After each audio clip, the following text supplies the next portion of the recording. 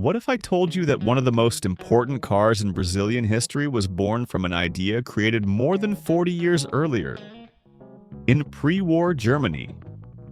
An idea so simple it survived World War II, crossed oceans, rebuilt economies, and eventually gave birth to the Volkswagen Gol, a car that would dominate Brazil for decades. From the Beetle to the Kombi, from air-cooled engines to front-wheel drive, this is not just the story of cars. It's the story of how Volkswagen reinvented itself again and again without ever losing its identity. Volkswagen's story begins in 1938 with a single mission: build a car for the people. The result was the Volkswagen Type 1, later known worldwide as the Beetle. Its engineering was brutally simple: a rear-mounted air-cooled boxer engine, minimal electronics, and a body designed to last rather than impress. Power ranged from 40 to 50 horsepower, but performance was never the point. Durability, ease of maintenance, and reliability were. This mechanical philosophy would become Volkswagen's DNA, and it would shape everything that came next. World War II quickly changed Volkswagen's role. The same mechanical simplicity that defined the Beetle was adapted into military vehicles like the Kubelwagen Type 82. Light, efficient, and capable on rough terrain with just 25 horsepower.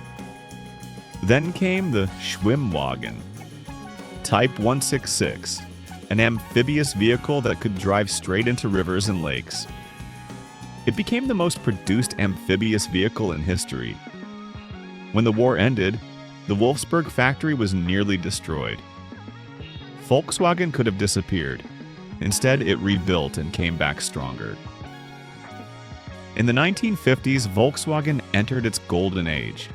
The Beetle became a global phenomenon, symbolizing affordable mobility and post-war recovery. Soon after, Volkswagen expanded its vision with the Type 2 T1, the Kombi.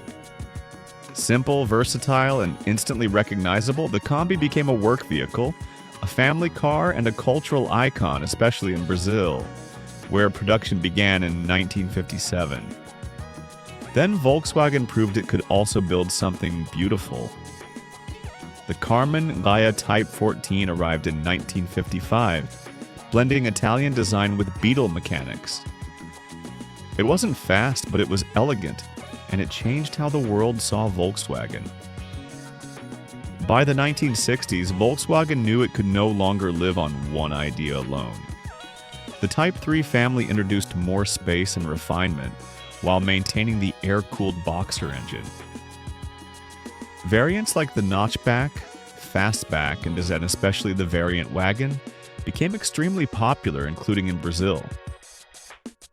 Volkswagen then pushed further with the Type 4 models, the 411 and 412. Larger, more powerful, and more ambitious, they represented VW's attempt to move upmarket. At the same time, Brazil became a center of innovation. Models like the TL, variant VI, and Brasília were developed specifically for local needs. The Brasília, launched in 1973, combined Beetle mechanics with modern design and quickly became a national icon. By the 1960s, Volkswagen knew it could no longer live on one idea alone. The Type 3 family introduced more space and refinement, while maintaining the air-cooled boxer engine. Variants like the Notchback, Fastback, and especially the variant Wagon became extremely popular, including in Brazil. Volkswagen then pushed further with the Type 4 models, the 411 and 412. Larger, more powerful, and more ambitious, they represented VW's attempt to move upmarket. At the same time, Brazil became a center of innovation. Models like the TL, variant Y, and Brasília were developed specifically for local needs.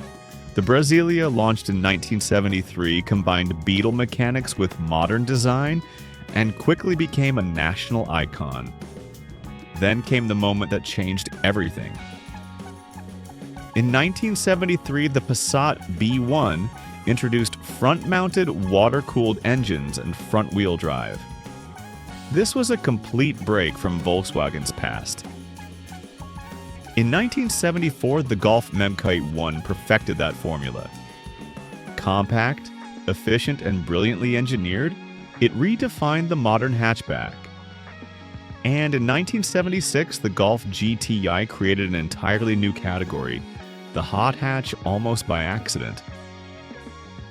Volkswagen had reinvented itself, but Brazil followed a slightly different path.